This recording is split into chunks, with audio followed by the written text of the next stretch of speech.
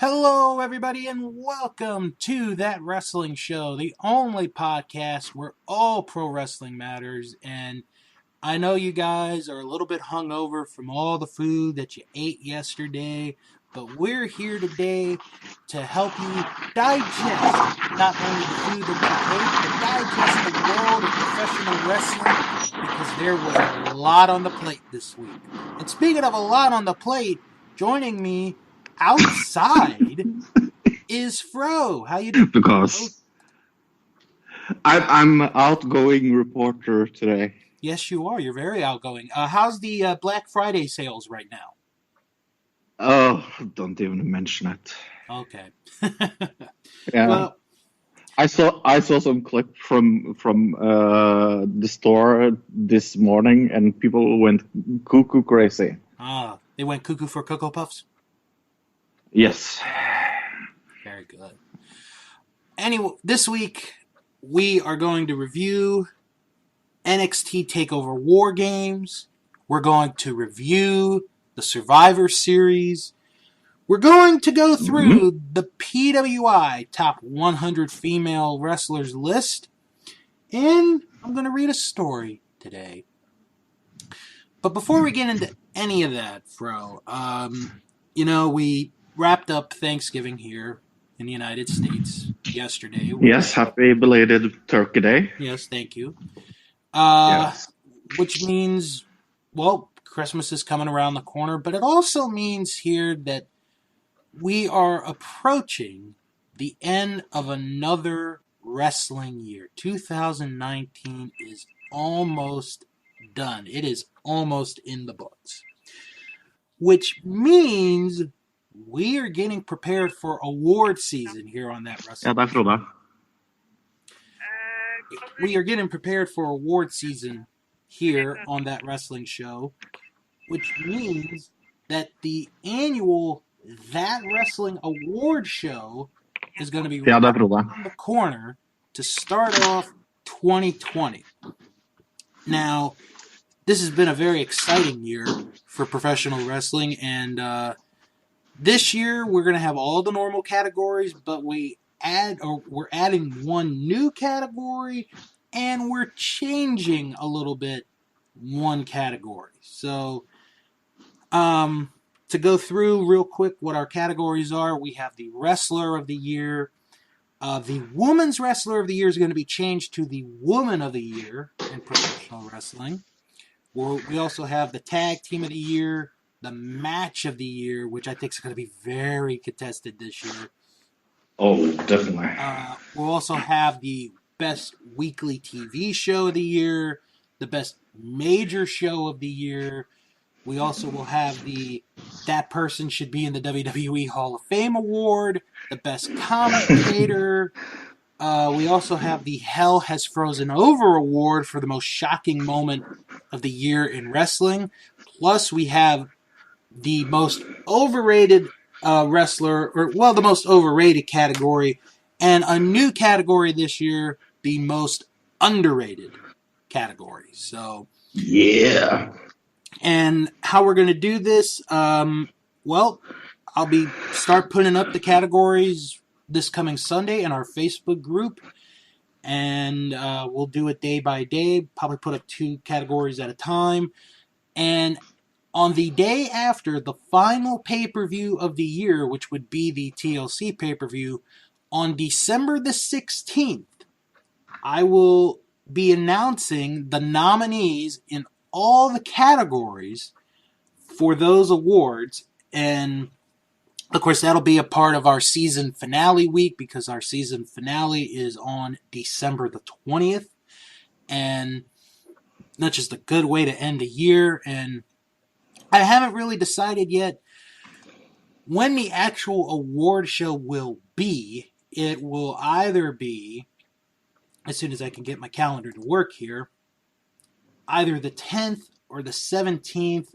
I might be leaning towards the 17th this year or this coming year because Wrestle Kingdom is going to be 2 days long. So It is. Yeah, so maybe save some time for that.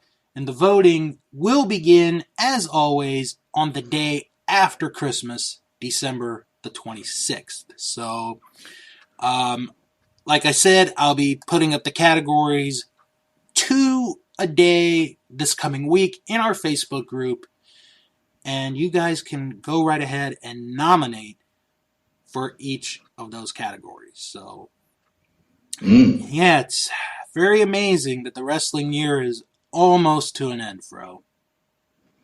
Yeah, and I have to say that we have some contenders for best pay-per-view of the year this week that was. Oh God, yeah, I think at least one is going to be up there. I definitely Oh, do. yes. Um, And best WWE pay-per-view for sure.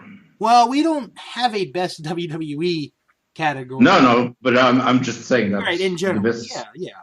Yes. That's absolutely true. All right. Now, something that we don't talk about or try not to talk about that much on this show is love and relationships in professional wrestling. We really try to stay out of it. Like, we try to stay out of talking about it. But when you make it public to a certain degree, it's going to be a bit of an exception. And this is one that's going to be a major exception because the couple that I'm going to mention, you just would never think they would go out dating. Okay. So I have give me one of the half, and I will guess the other half. All right. Well, I'm going to mention one half. Okay. Batista. Batista. Okay. Is he dating a current wrestler? Yes. Somebody that is on the roster of WWE? Yes. SmackDown or Raw? SmackDown. If you get this, I will be amazed. A female wrestler on SmackDown. Well, it's not the champion. No, that's true. No, it's not Bayley. She's engaged or has been. Yes. While, so. Give me three, and I will pick out of those three. Okay. Well, let me set up the story, and then I'll give you the three. Okay. So, earlier this week on Twitter, Dave Batista announced that he had just broken up in a relationship with his current girlfriend. I don't know who it was because he never said a name, and nothing was ever mentioned. So he posted it on Twitter, and then said female wrestler, who you will get three choices from in a minute, was like,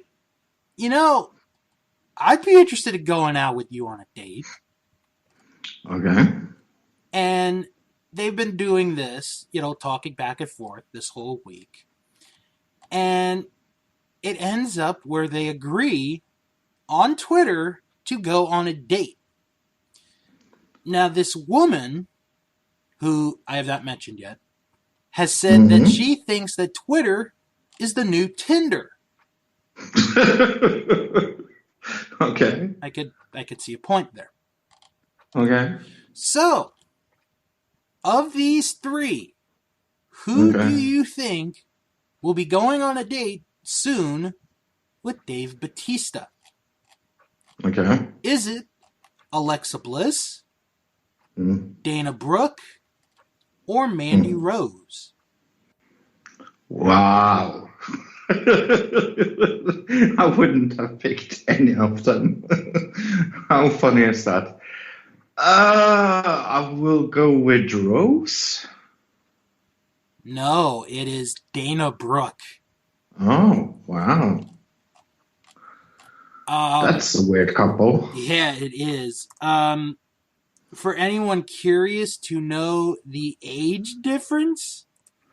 Oh, there is an age difference.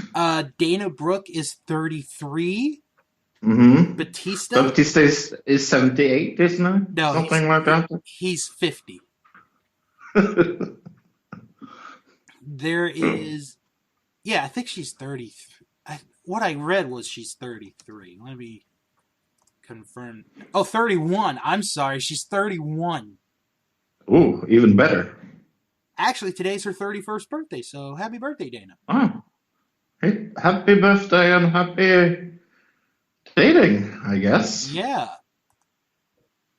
If you saw, because I was reading it on a news site yesterday, some of the stuff they were talking about was just so funny and and Yeah. he was saying that she asked if she could call him daddy, and he said, "Yeah, you Oh can my call me God. daddy." Oh man, it was. Oh. Oh my goodness, it was Mm. something else. It was definitely Cringe, something else. cringe, cringy. Yeah.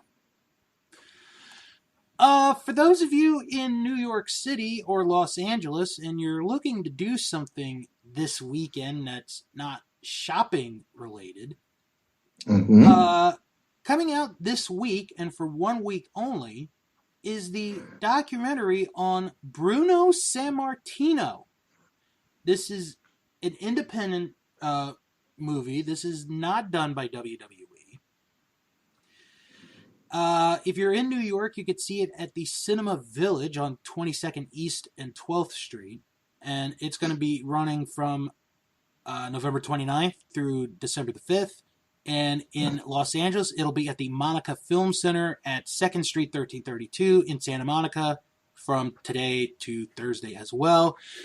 The run is in advance of a planned larger release and is being done in part to ensure the film will be eligible for an Academy Award for Best Documentary. And I'll tell you, if you don't know the life of Bruno Sammartino, my gosh, I mean, because, Dusty Rhodes, called himself the American Dream. Bruno's life is the American Dream. Go. I would really love to see that documentary Oh, I because would love to. absolutely nothing. I mean, I read his autobiography a few years ago, and his stories were just absolutely amazing. Because honestly, Bruno should have been dead twice, but he cheated death. And he goes on. I'm not going to spoil anything else, but you have to see this movie. It is, if you want to hear the story of Bruno Sammartino, it is, Hollywood could not script it. They really could not. So check that out. Okay, so normally, we do the best TV show of the week. Mm-hmm. Fro is a little bit under the weather this weekend. Yes. And he's not going to make a pick. But I am going to make a pick for this week. And for a couple of days, Fro, I'm not going to lie to you, for a couple of days, my pick was going to be Impact Wrestling with the throwback episode. Yeah, I can't wait to see that when I come home. Oh, that was a fun episode.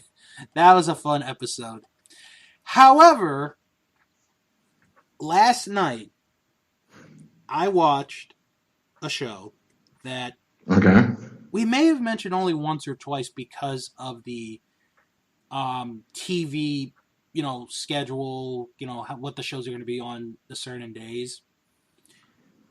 And I watched last night Beyond Wrestling's Uncharted Territory, which, if you have the independentwrestling.tv streaming service, you guys can watch that every Thursday night. And they did pretty much a Survivor Series-like show. Okay. Where they had 3 elimination matches and 2 regular matches. They Okay. had a 3-on-3 elimination match, a 4-on-4 elimination match, and a 5-on-5 elimination match. And I have to say, I was really impressed by the matches. I mean, there wasn't one that was like, oh man, this is going to be, like the show of the year or, match of the year. But I was just really impressed by the talent that was on there, especially the 5-on-5 elimination match. That was so fun to watch from beginning to end. Because honestly, Raw was kind of eh. I didn't really pay much attention to NXT as much as I would have liked. So that's sort of my fault on that. AEW was good to a degree, but man, Beyond Wrestling was so good this week. It was really, really good. And if you haven't seen it, or if you're if you're contemplating getting the streaming service of independentwrestling.tv, I really would recommend it because I think you get your first month free, and then after the first month, you can either do the $10 a month option, or you could do what I do, and that is pay once a year for $100. And what kind of wrestling organizations are a part of that? Oh my gosh, a lot. A lot? Like a lot. It's like Wow. all over the U.S., the Midwest, the East Coast, a little bit of the South.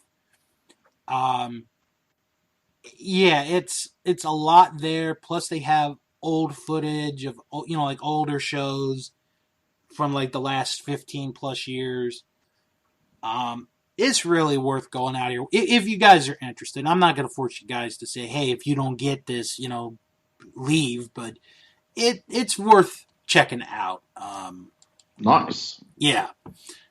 So Beyond Wrestling, you get my vote for the best TV show of the week in professional wrestling. So, congratulations. Yes.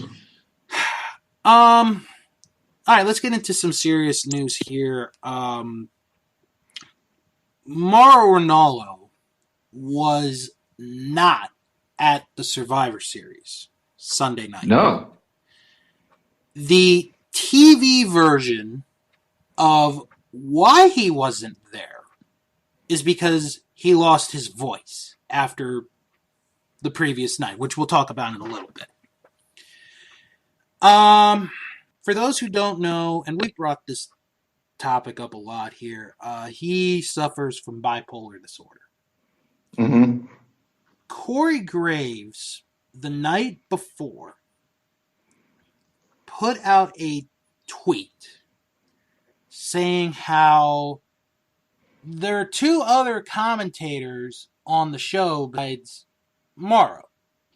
And he's referring to Beth Phoenix and Nigel McGuinness. Basically to that regard. Well, Mauro really took it to heart. And he left Chicago. He left.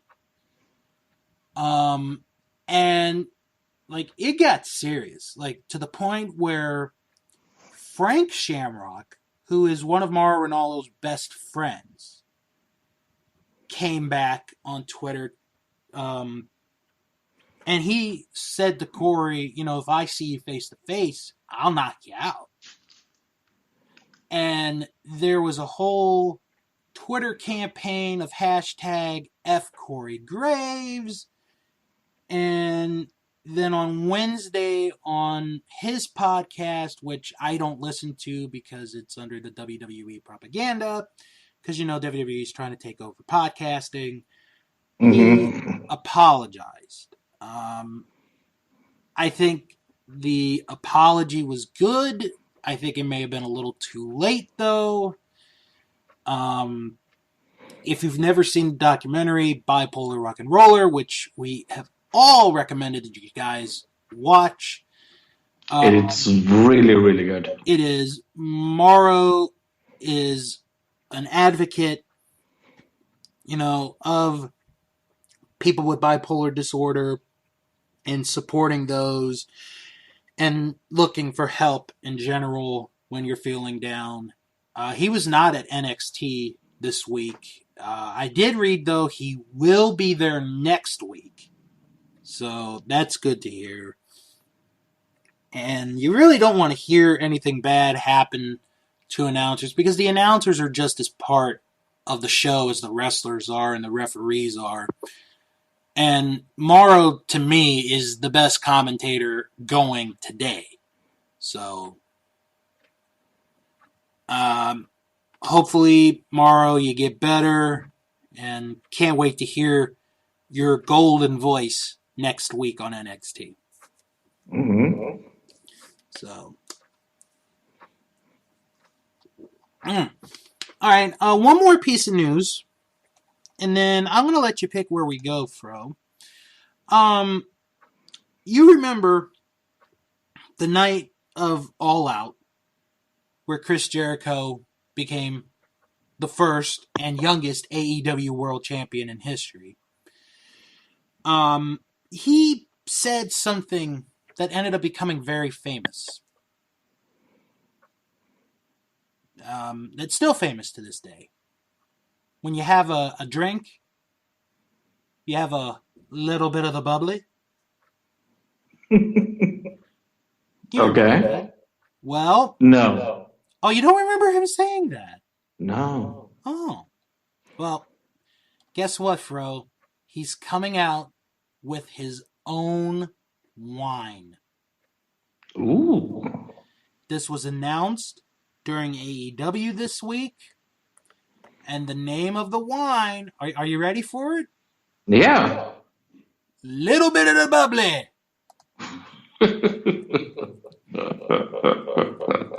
I like that.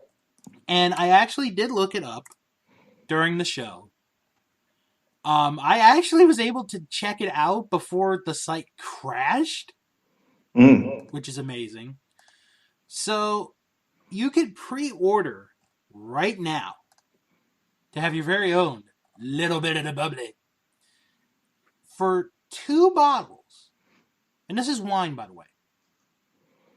For 2 bottles, $46. That's not too bad. No. 3 bottles is $69. 6 bottles is $138. And if you could really afford a dozen bottles of wine, it is $276. Ooh. But yeah, they are taking pre-orders.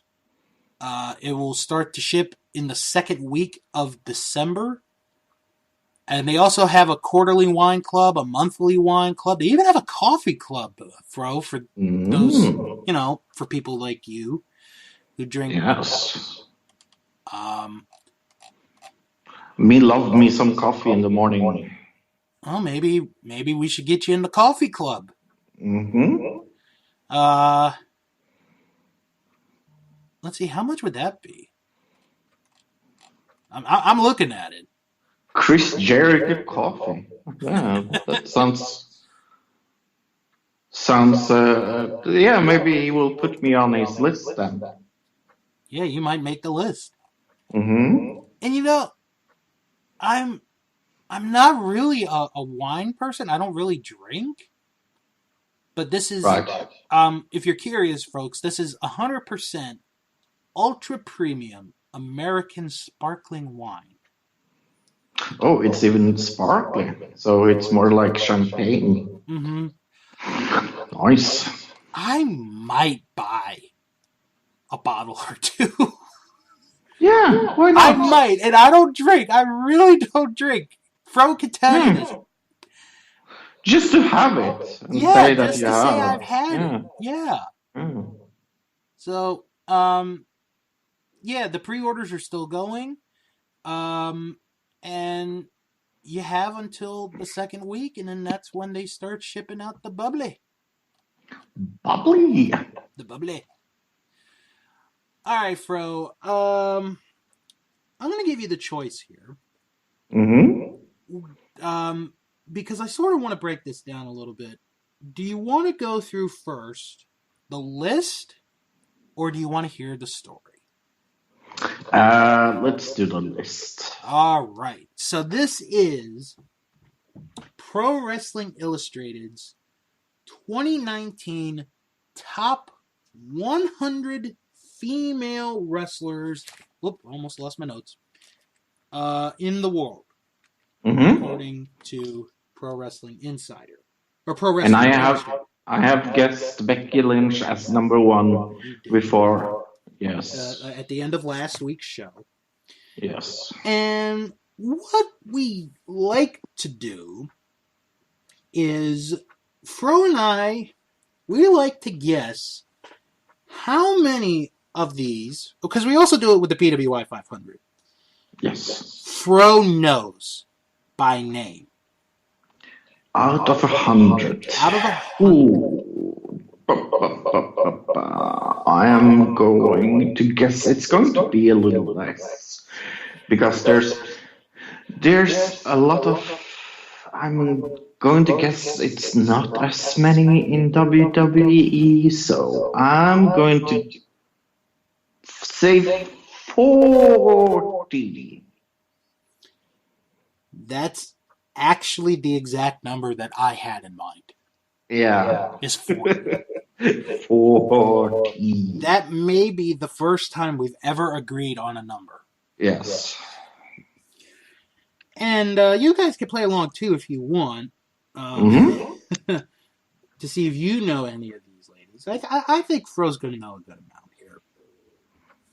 So, with that, let's begin our discussion with wrestler number 100 on this list, Chris Statlander. Nope. All right. Well, I've seen her twice this week on... she was on AEW, and she was on the best show of the week, Beyond Wrestling. So, 99, Jody Threat. Nope. 98, Veda Scott. Yes. Okay, so we got one right off the bat. Veda Scott, of course. 97, Thunder Rosa. Nope. All right. 96, Isla Dawn. Nope. 95, Holly Dead. Holly Dead? That's a good name, but no. All right. 94, Alexia Nicole. No. 93, Madison Miles. Nope. 92, Giselle Shaw. Nope. 91, Zaya Brookside. Nope. 90, Kimber Lee. Yay. All right. 89, Scarlett Bordeaux. Ooh, that sounds like a good wine, but no. Okay. Below is a wine district in France. There you go. 88, KC Spinelli. Nope. 87, Rachel Evers. Nope. 86, Zoe Lucas. Nope. 85, Deanna Perrazzo. Yes. Okay. 84, Solo Darling. Nope. 83, Zoe Sky. Is that are they in like in family? Is that the sister of the other Sky? No. Oh, it should be, but no. All right. 82, Maya Yuki. No. All right. 81, Lady Maravilla. Nope. 80, Nevaeh. Nope. 79, Raya O'Reilly. Raya. O'Reilly. Yes. Oh, okay. 78, Shotzi Blackheart. No. 77, Leva Bates. No. 76, Tam Nakano. No. 75, Viper. No. 74, Nicole Matthews. No. 73, Mickey James. No, never heard of her. Yes. 72, Marina Shafir. No. 71, Jazzy Gabbard. Mm-hmm. Okay. 70, Liv Morgan. Yes. 69, Jasmine Duke. Yes. 68, Konami. Wow, that's low. Okay, yes. 67, Mandy Rose. Yes. 66, Nyla Rose. Yes. 65, Candice LeRae. Yes. 64, Jungle Kiona. No. 63, Casey Catanzaro. No. 62, Hikaru Shida. No. 61, Hana Kimura. No. 60, Sonya Deville. Yes. 59, Madison Rain. Yes. 58, Santana Garrett. No. 57, Billie Kay. Yes. 56, Samantha Heights. No. 55, Sumi Sakai. No. 54, Kira Hogan. Yes. 53, Angelina Love. Yes. Sadly. 52, Dana Brooke. Mm-hmm. 51, Sarah Logan. Yes. 50, Brandy Rhodes. Wow. Okay. Yes. 49, Peyton Royce. Yes. 48, cheerleader Melissa. No. 47, Kaylee Ray. Yes. 46, Utami Hayashi. I'm going to mess this up. Mm.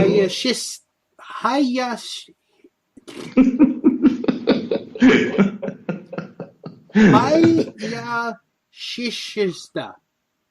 Sure, but no. 45, Ginny. Sorry? Ginny. Oh, Jim. Yeah. 44, Fabi Apache. No. 43, Riho. Yes. 42, Ruby Riott. Yes. 41, Naomi. Yes. 40, Lady Shani. No. 39, Saraya. No. 38, Shaza McKenzie. No. 37, Hiroyu Matsumoto. Yes. Wow. A Japanese one I know. Wow. 36, Bianca Belair. Yes. 35, Rhea Ripley. Yes. I was just going to say about the one before. Isn't she more in development thing now? Oh, Belair? Yeah. Yeah. 34, Lufisto. No. 33, Britt Baker. Yes, the librarian. No, the dentist. The dentist, sorry. Yeah, she's the dentist. Yeah, I always mess up what their occupation is. It's okay. Mm. 32, Momo Watanabe. No. 31, Sue Young. Mm-hmm. 30, Jessica Havoc. Yes. 29, Kelly Klein. Yes. 28, Ariza Hoshiki. No. 27, Ember Moon. Yes. 26, Jordan Grace. Yes. 25, Mia Yim. Yes. 24, Carmella. Yes. 23, Lacey Evans. Yes. 22, Kagetsu. No. Okay. 21, Rosemary. Yes. One of my favorite wrestlers. 20, Bea Priestley. Yes. 19, Allison Kay. Oh, okay. Yes. 18, Nikki Cross. Mm-hmm. 17, Allie. Yeah. No, I don't know who Ali is. It's not like she's my favorite wrestler. No. Nope. Never heard of her. Yes. Okay. 16, Mayu Iwatani. Okay. No. 15, Taya Valkyrie. Wow. That's pretty. I thought she would be higher up, to be honest. Yeah, I thought she'd be top 10. Because she has had the NXT, DRC, the Impact Championship for quite a while. Almost the whole year. Yeah. 14, Sasha Banks. Yes. 13, Toni Storm. Mm-hmm. 12, Alexa Bliss. Ooh. 11, Asuka. Yes. 10, Nicole Savoy. Nicole Savoy. Never heard of her. All right. 9, Mercedes Martinez. Yes. 8, Io Shirai. Mm-hmm. 7, Natalia. Yes. 6, Bailey. Okay. 5, Tessa Blanchard. Oh, good. 4, Shayna Baszler. Really? Okay. 3, Ronda Rousey. Wow. Okay. 2, Charlotte Flair. I was right. I Yes, was you were. right. Number 1, Becky Lynch. Yeah. I got 63 out of, yeah. That's a lot higher than we expected. Yep. 63 out of 100. Not bad. That's pretty doggone good. Yeah. All right. But yeah, I'm happy I was right. Yeah. Now. So do you want?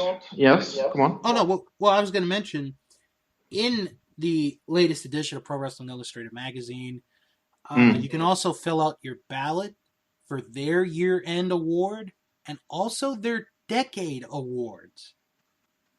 So. Wow. Yeah. So, do you want to spoil the Masked Singer for me? Well, there was no show this week. Nope. So, I'm happy I didn't miss anything. Exactly.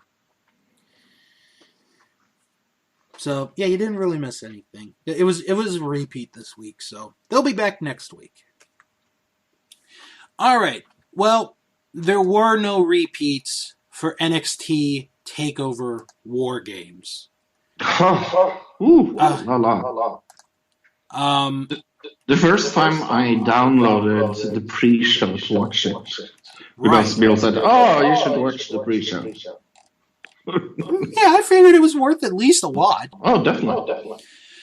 So, for those of you listening for the very first time, welcome. Mm-hmm. Welcome. What we do when we review or discuss a pay-per-view is we're going to go by match. We're going to talk about some of the things that happen. We give grades to each match. And then we tell you what Dave Meltzer thought of it, because apparently people want to hear what Dave Meltzer thought of these matches. I like Dave Meltzer. I don't mind him. I think sometimes he can be stuck up. Oh, he is a little stuck up. But... Yeah. But then we also tell you what CBS Sports and ESPN thought of the matches, because, you know, they are wrestling experts too. Oh, definitely. You know? They are as much wrestling experts as I watch myself as a wrestling expert. And me having almost 30 years of being a fan and learning stuff, I'm a bit of an expert. I don't like to beat my chest saying it out loud, but You heard of some of the federations before? Yeah. Mm-hmm. Including the Impact Province Wrestling Federation. I can't wait till you watch that show. I think you're going to really enjoy that one. Okay. So let's begin with our pre-show match. Yes, Mm-hmm. NXT Takeover had a pre-show match. It was Isaiah Scott against Angel Garza. Mm-hmm. And for this being a pre-show match, it sure didn't go like it was a pre-show match. That's for sure. No, I was really shocked that this was on the pre-show. I understand why it's a very smart way of doing it if you want to get people into ordering the show. Mm-hmm. Yeah, I mean, this was a good back and forth match. I see. This is the thing with NXT, and I'm sure other people on other podcasts have said this. And remind me later on, because I have something that I want to say that's not topic to this, but to, well, I'll talk about it later. But why can't WWE pre-show matches for pay-per-views be this good? Mm. Why? Yeah, no. But then again, the product of WWE isn't the same as NXT. Yeah. So we have to keep that in mind, I guess. That's true. That's very true. So the match, very good back and forth action. You get some high spots. The end of the match, Garza tries to get a low blow onto Scott. Scott blocks it, but then Garza hits Scott with a knee and then hits the wing clipper, which I've never seen, and it's a really cool looking move. I've never seen it. Angel Garza gets the win. I mean, I rooted for Scott because I've interviewed him before many years ago, so I had to root for him. But Angel Garza really impressed me on this match. Both did. Yeah, they really did. Both of them did. I gave this a B minus. Yeah, I gave this a B minus as well. All right. Well, let's see what our quote unquote experts think. Meltzer gave it 2 3/4 stars. CBS Sports agreed with us. They gave it a B minus. And ESPN, oh my God, Fro, they actually ranked a pre-show match. Wow, I think somebody's sick or something. They gave it 3 1/4 out of 5. So now we go into the main the main show, because it's technically not really a pay-per-view. The show on Sunday was. And we start. What do you mean it's not technical a pay-per-view? Well, here's my definition. Okay. I see it on my cable in the pay-per-view section, in between the adult movie sections that are there, that it's not listed to buy. It's not a pay-per-view. But it is a pay-per-view, though. To a degree, I guess you're right. We have to agree to disagree. Yeah, we do. Maybe we should ask the fan. Put that question on Facebook. Yeah, we don't do poll questions of the week as much, but I think that's a really good question. So I think we'll pose that to our group. Do you think NXT takeovers are a pay-per-view? So we begin with the first ever women's War Games match. Now, talk about starting with a bang. Oh, God, yeah.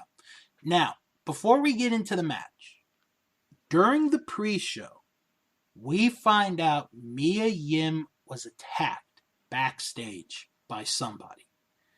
We don't know who it is. Did you figure it out already? Yeah, I did. Yeah, me too. Yeah, we'll get into it in a little bit. So I William was like, Regal. oh. So William Regal goes to Rhea Ripley, the captain of the team, and says, "You have to pick a fourth member right away." Hmm. And Dakota Kai is right there, and she's like, "All right, you're in. You're the fourth member." So remember that for when we get into it. Hmm. So Candice LeRae and Io Shirai start the War Games. These are going to be the two that are going to be in there all the way to the end. A very good 5 minutes to start the War Games. I I enjoyed I watching this. I was thinking about it because last time they had war games, we complained a little about the cage feeling empty. And with those two girls, they used the ring in such a good manner that I didn't notice that there were just those two of them. I think it was the camera angle and the moves they did. It was very like they used a lot of the surface, so I didn't mind this. No, not at all.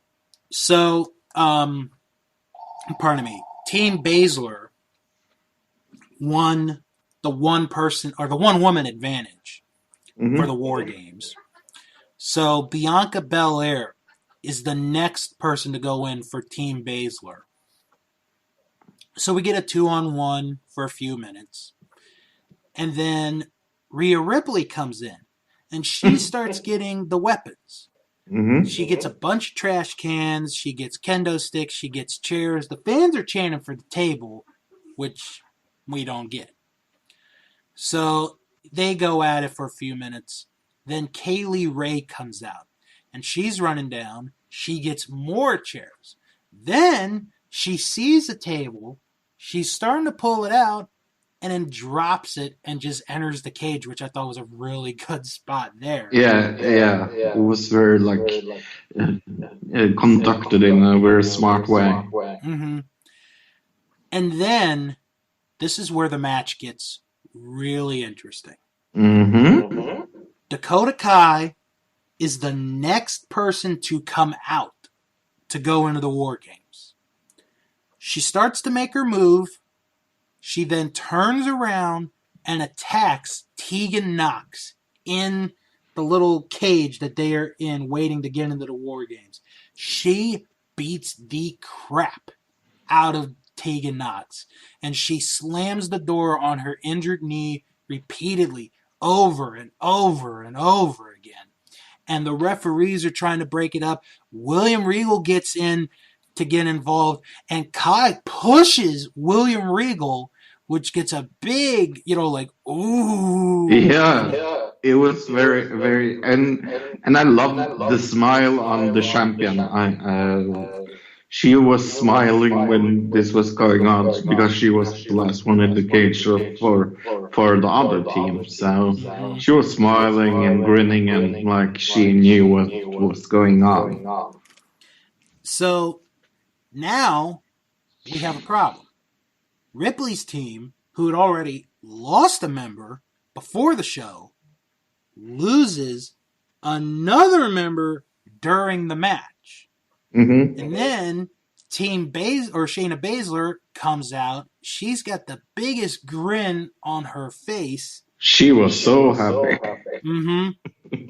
And then they announce that because Tegan Knox cannot enter the match, everyone's come out.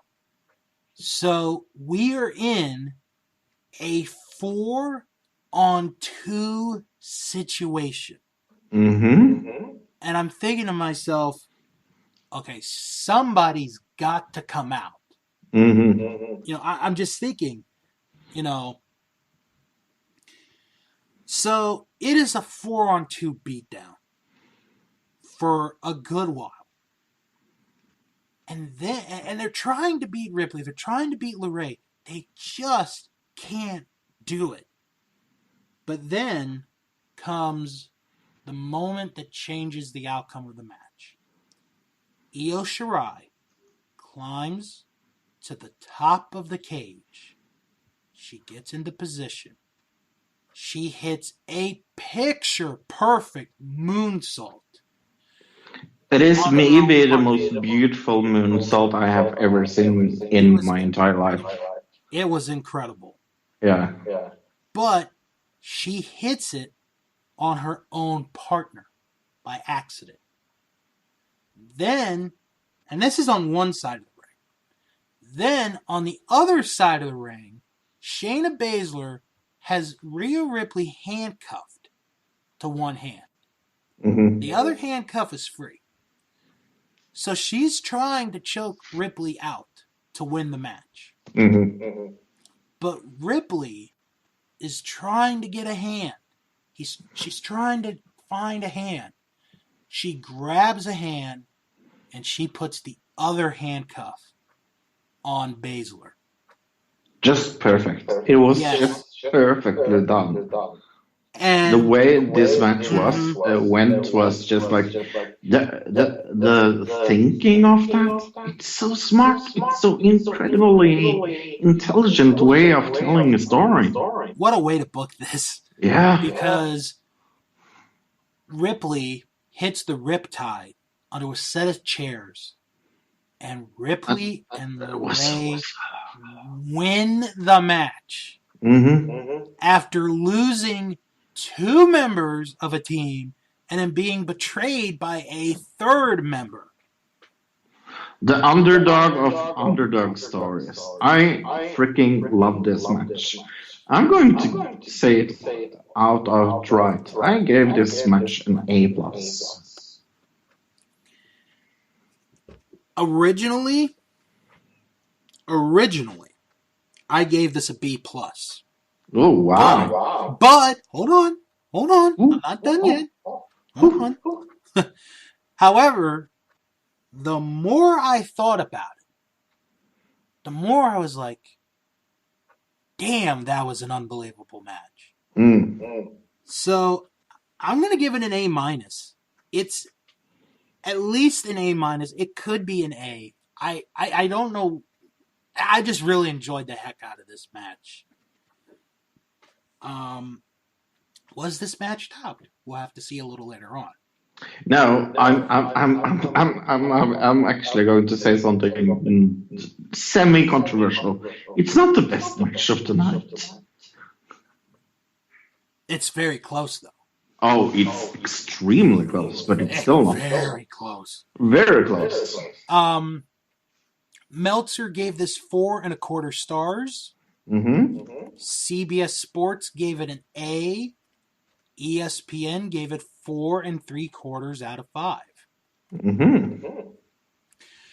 So, after we try to catch our breath from that match, we have a triple threat match. Killian Dane, Pete Dunne, and Damian Priest. The winner gets a title shot at the NXT title at the Survivor Series the next day. Yeah, and when I'm saying that this was the worst match of the night, I'm not saying that is a negative, because this got a good score from me. But I knew who was going to win before it started. I think we all did. Yeah. But this was still a good match. Oh, yeah. Just good back and forth. And I think what, to me, impressed a lot of the people was how guys like Killian Dane and Damian Priest, who are big guys, could do, flying over the top rope, doing these fast moves, and how amazing they were. And the fact that these three together could come up with a really good match. Because we know Pete Dunne is very good. We do know that. Killian Dane, I haven't seen much of. Damian Priest, we saw when he was in Ring of Honor. When he was Punishment Martinez. He was okay in some matches. In other matches, he was like, eh. Yeah, he wasn't very. He's not one of those that stood out of Ring of Honor for me.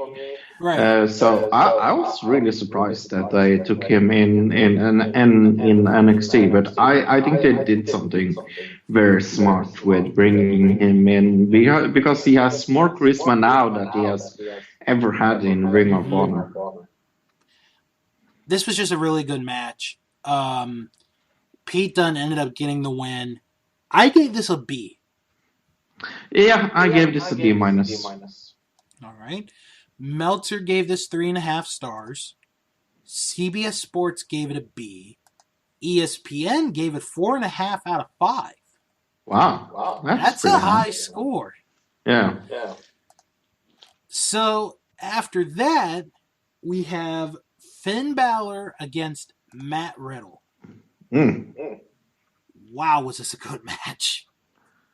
I think this is the most underrated match on the card. This one is a match that a lot of people don't talk about, but I think it deserves more than It yeah. definitely should get some recognition because Oh, definitely. Matt Riddle, let's just say it like it is. This was the biggest match Matt Riddle had to date. Oh, definitely. Hands down.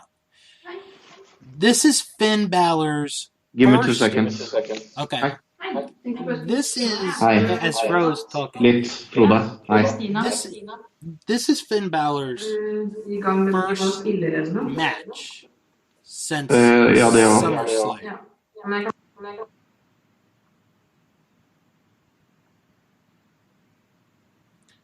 Okay.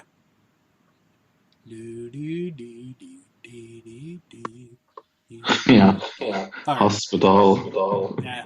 All right. I had to pause it real quick. So. Thanks. All right. So yeah, this is Balor's first televised match since SummerSlam.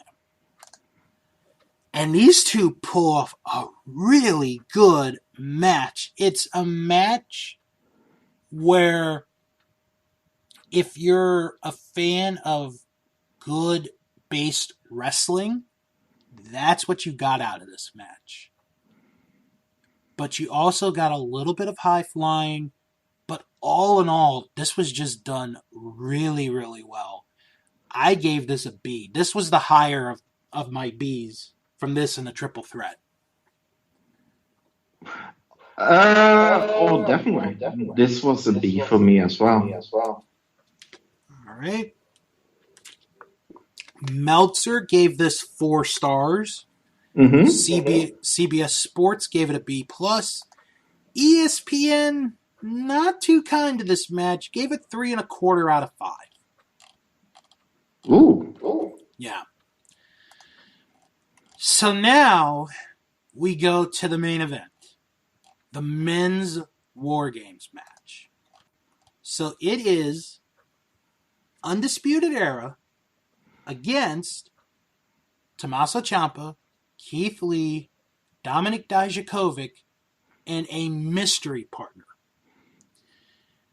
We don't know who the mystery partner is. Well. A certain someone said it last week, and well, we'll get into that. So, Ciampa comes straight out, and he goes into the War Games cage, and he's like, "I'm starting this match."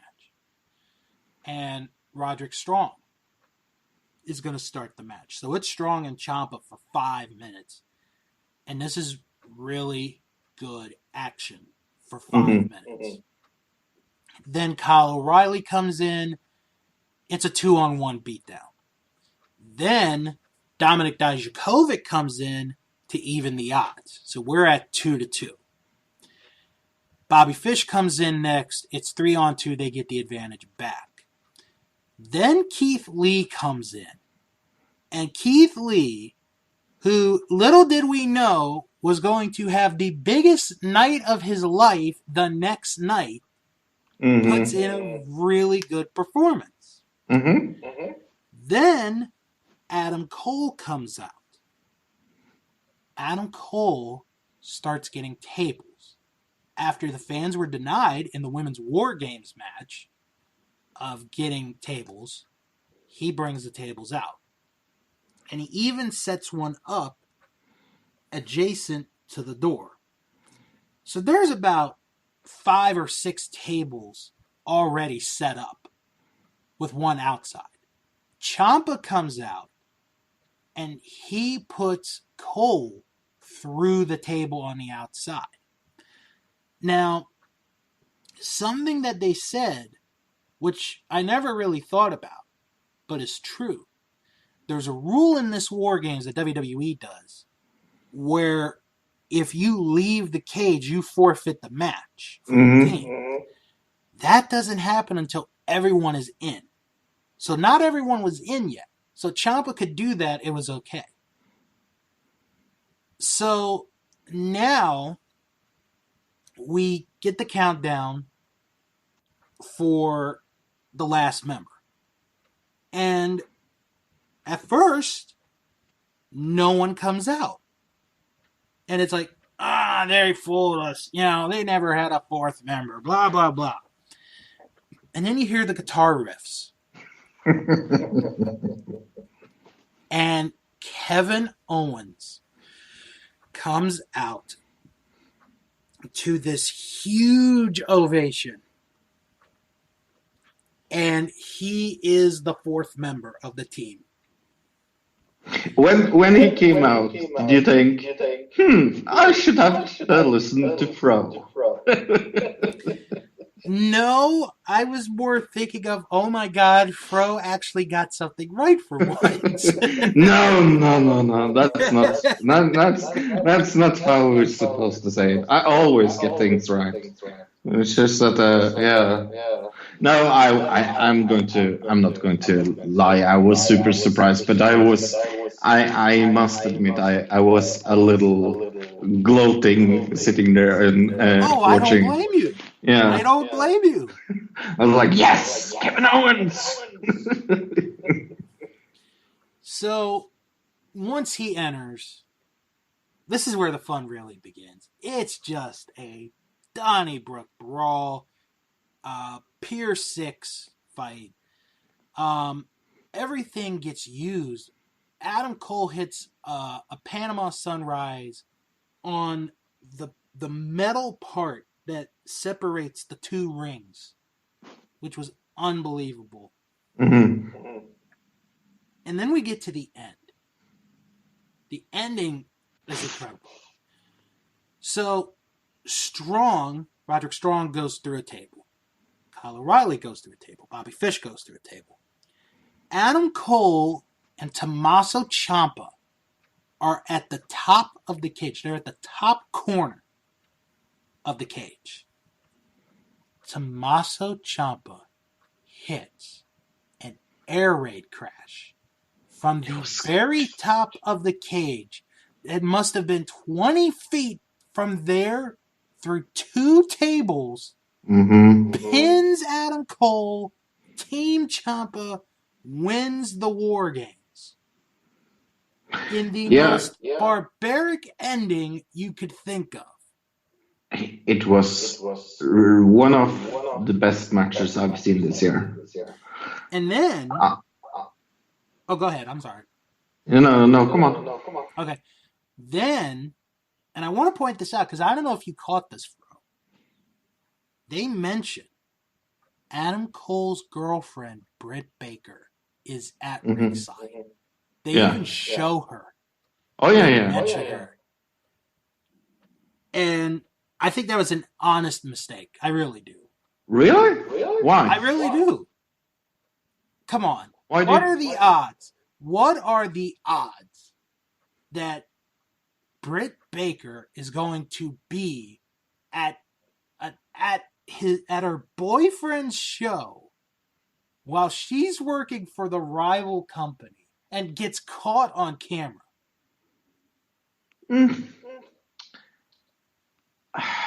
I don't think it was a mistake. In all honesty, I don't think NXT cares. Right.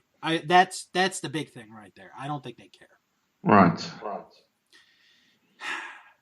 This gets an A- for me. This might have been the best War Games match NXT has put on since they have brought it back.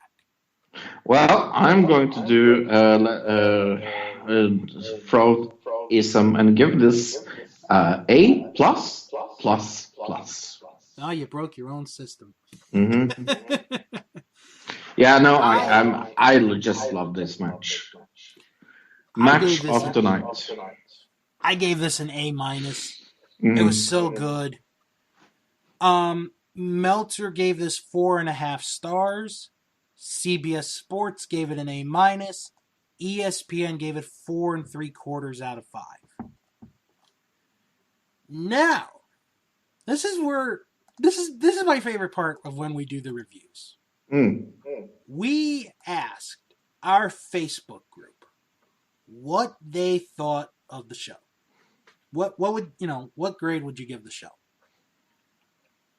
I don't know off the top of my head how many times we've had this happen. I could tell you it's not a lot. You could probably do it on one hand. Every single person gave the show an A. Yeah, it's definitely a show. And There's no argument. and the best quote comes from one of our Facebook group members. And I even told I told Fro this before we got into the Survivor Series Sunday. Normally, I don't tell Fro what people say, Hmm. about the show or any of the matches because I want to keep it a surprise to a degree. But I had to tell Fro this one. One member said that this was one of the best wrestling events I've seen in years.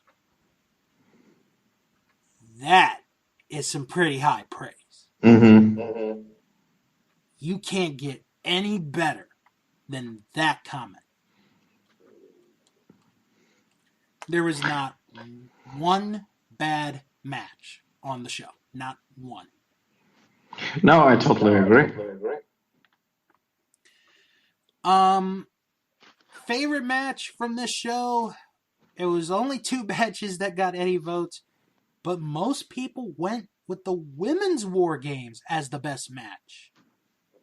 Yeah, like I said, I loved both. I just think the male one was a little more brutal, and the ending was a little better at the male side. I don't disagree. Gave the women's an A plus, and yeah, it's by a here. I say the men's match is a little better. Yeah, just by like the smallest bit. Yep. The men's gets my vote, but it is very, very close. Very close. All right, so why don't we take a break from reviewing? Because we still have the Survivor Series yet to come. Why don't we dive into a book? We don't get to read that much here on this show. This book that I got was in the latest crate from Pro Wrestling Crate, which, I do an unboxing video with my nephews. You guys can check it out on my YouTube page. It is Bill and Company. I'll send you the link later so you can subscribe in that. Please do. We have a book, a kid's book, Mm. and it is called The Elite Team, Young Bucks Stand Tall. Story is by Matt and Nick Jackson. Illustrations by Dylan Coburn. And it does mention, if you feel inspired, please share this inspiration and check out the rest of the Elite Team series, Cody, Heart of the Mountain, and a new book coming soon, Adam and the Golden Horseshoe. I have not read this book yet, folks, so I have no idea what we're in store for. So you ready, Fro? As ready as can be. All right, so kids, why don't you gather around Uncle Bill and Uncle Fro as I read to you this story. Matt with a reversal. Bam! Nick high flies off the top rope. Bang! The crowd roars. Super kick! Matt and Nick were inseparable. They went to school together, shared the same room, ate each other's vegetables. Hey, Nick, eat some!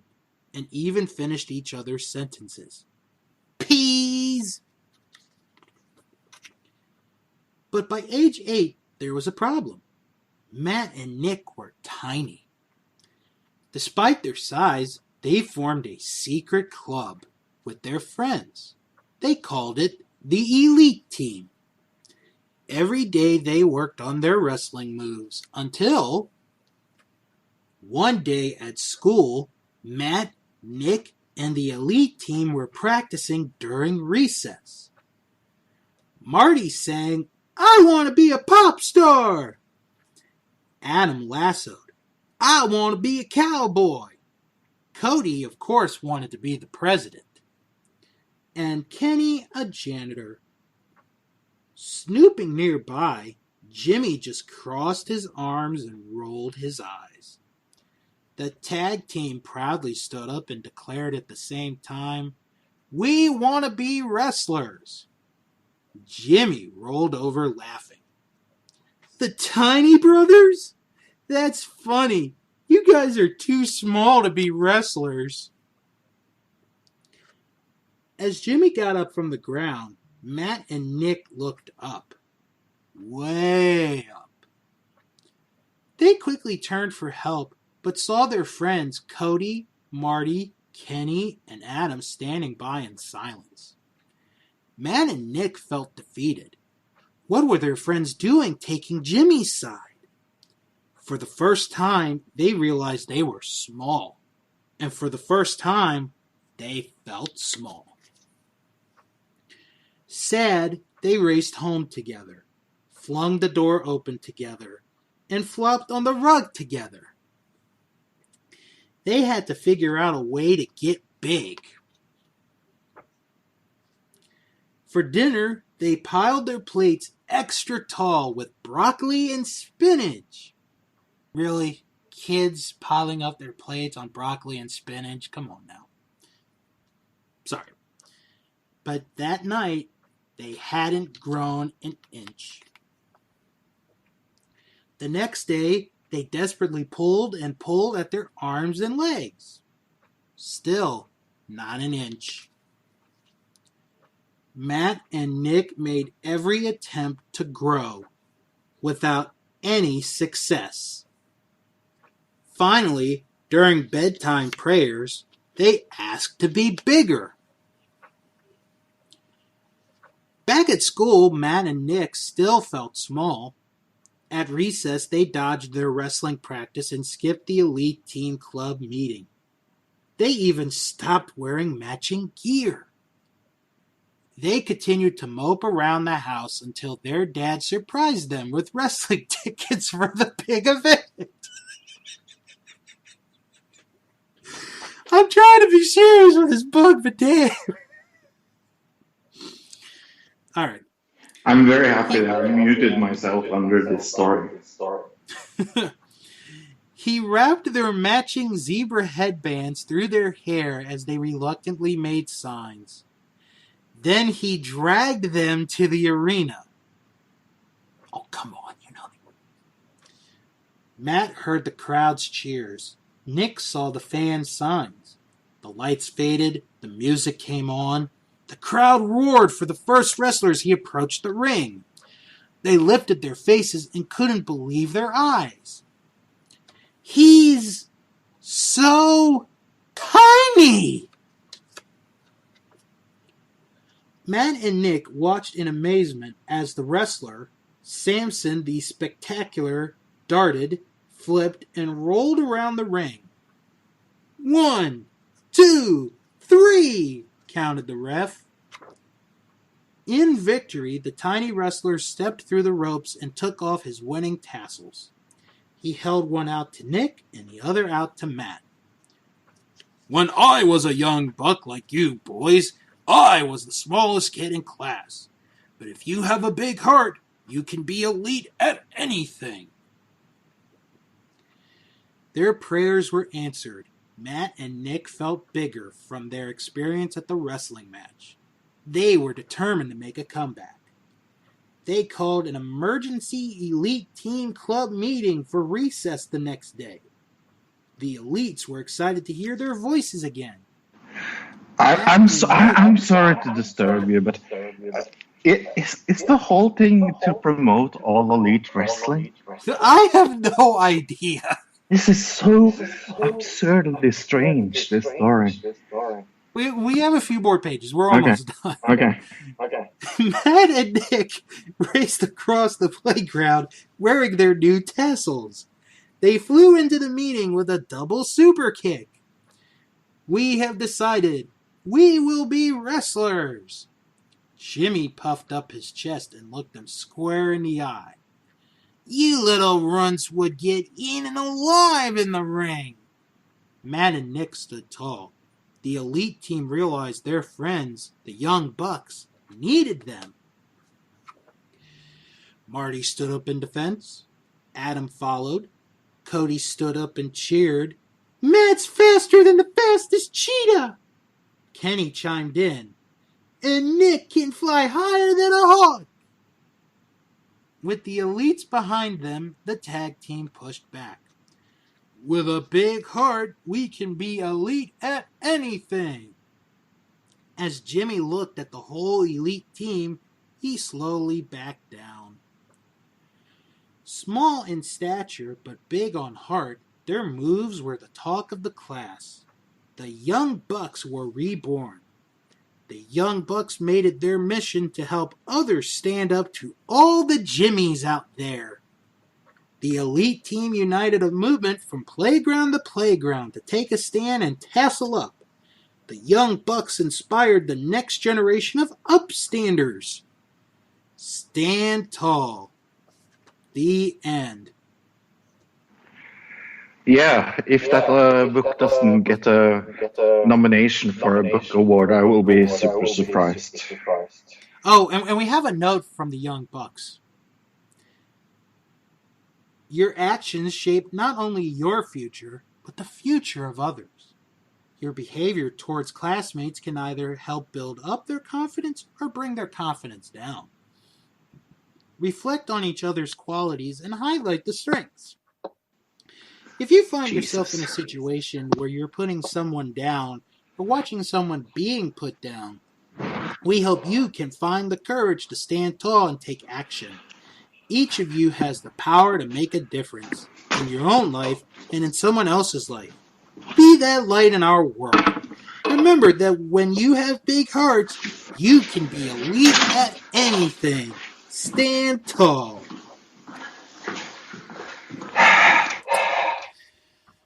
Wow. That was not the book I was expecting.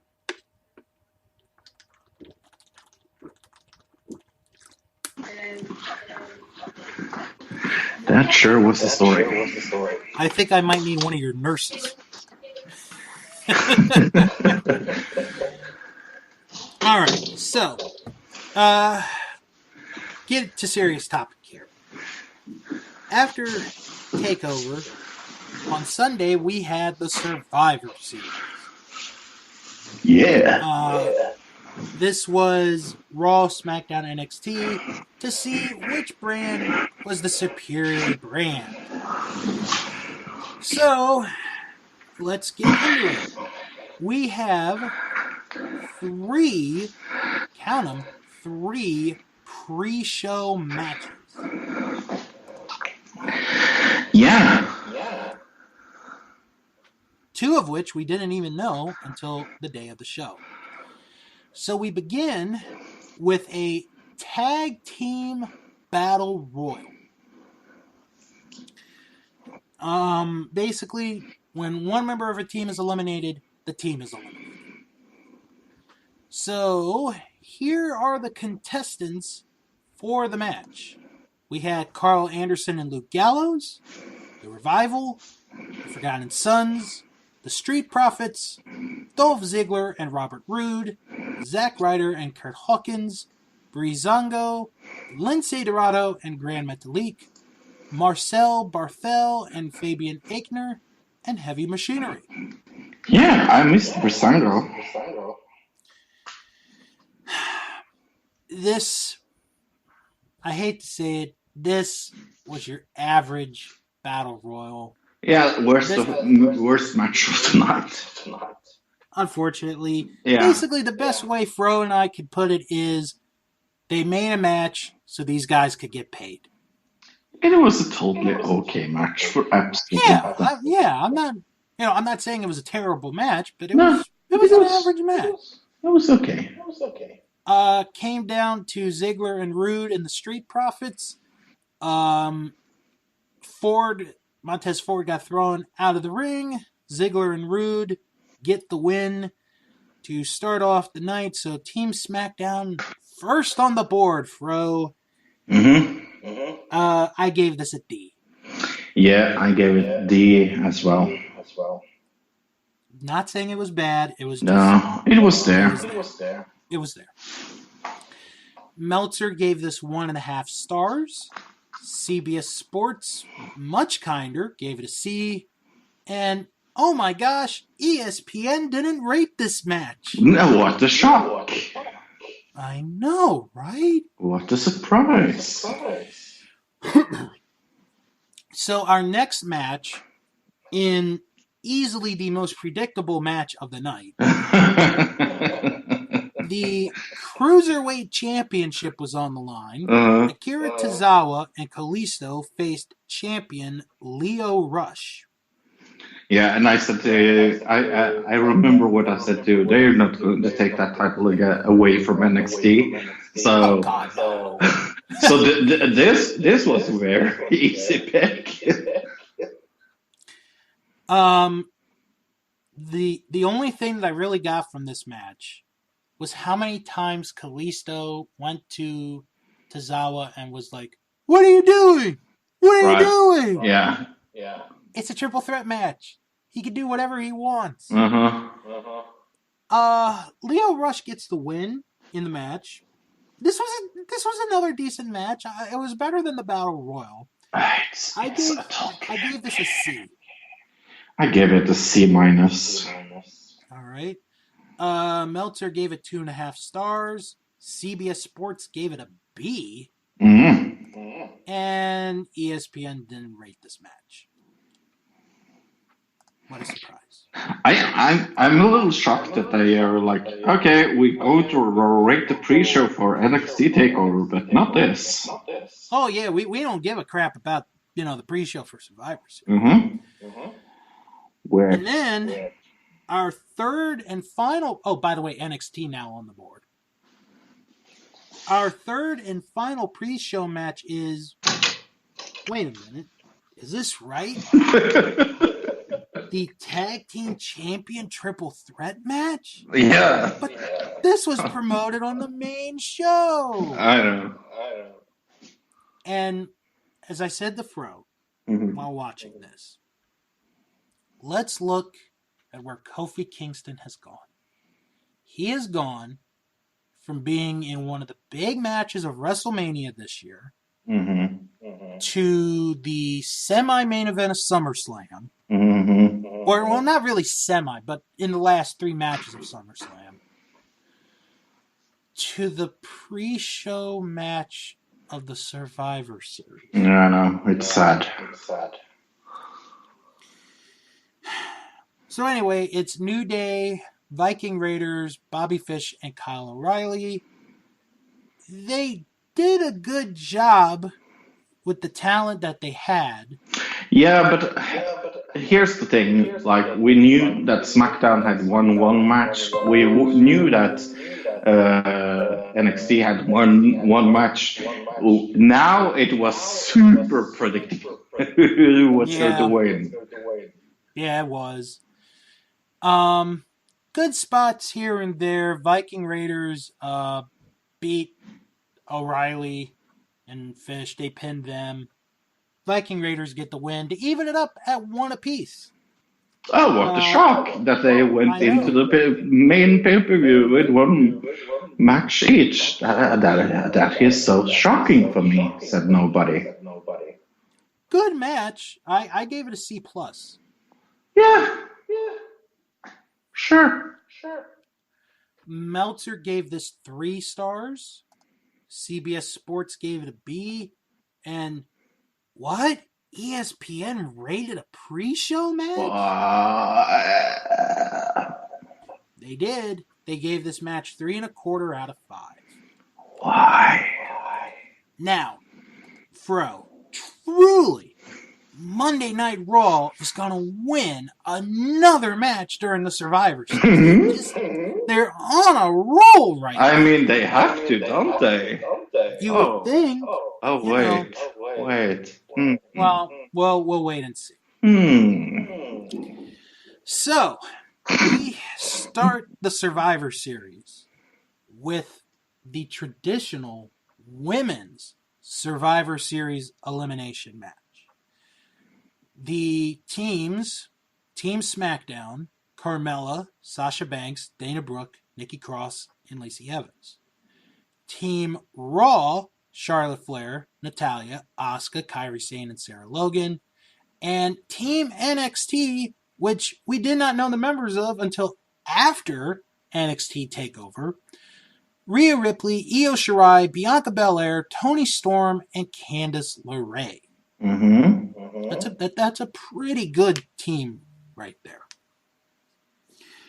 So, we get into the match, wrestle, and then we get this weird spot that I think they did this on purpose. Really? Do you think so? No, hold on. Really? For the cameras not to catch. Okay.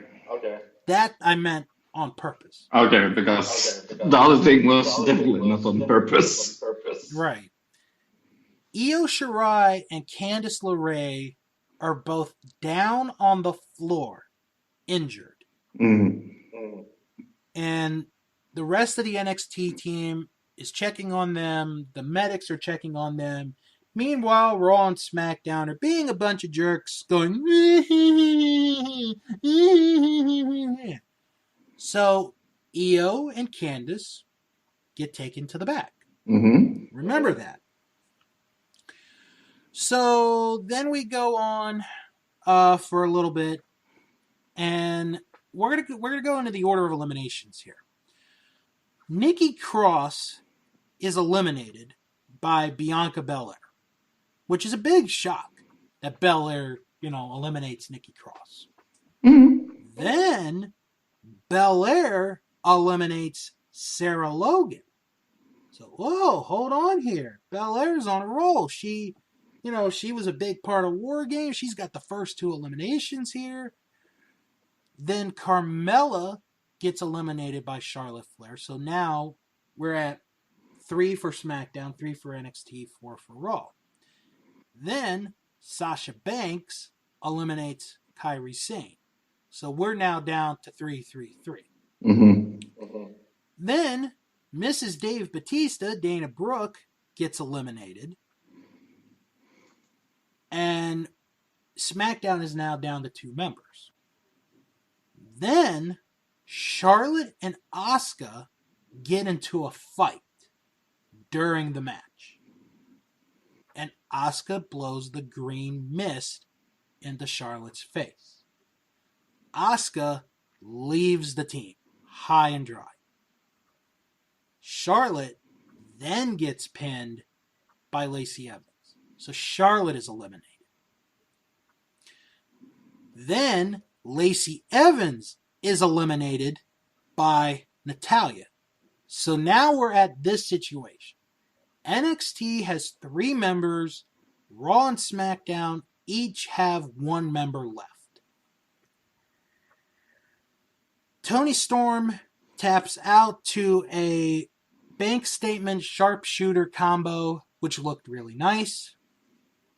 Belair gets eliminated via Sasha Banks, so Belair gets a really good performance in. Mm-hmm. Then Natalya gets eliminated by Sasha.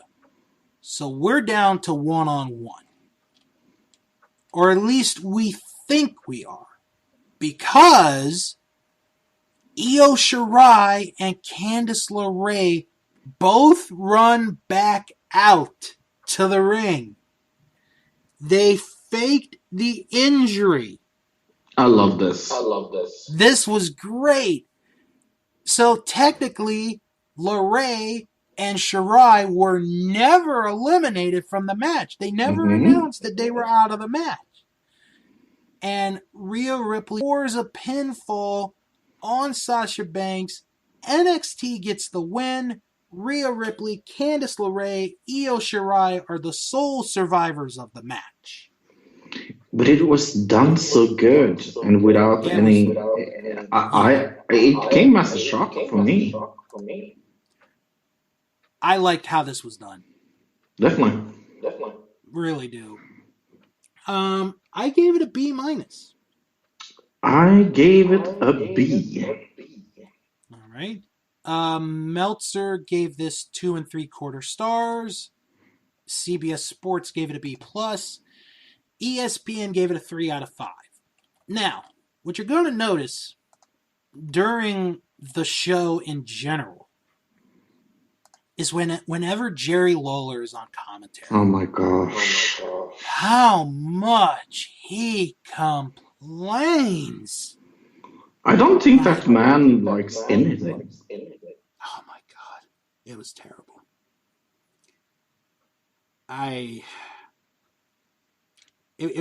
It's like I had to pick my poison. Do I want to hear my dad talk about politics or hear Jerry Lawler complain about how Raw was getting screwed out of victories?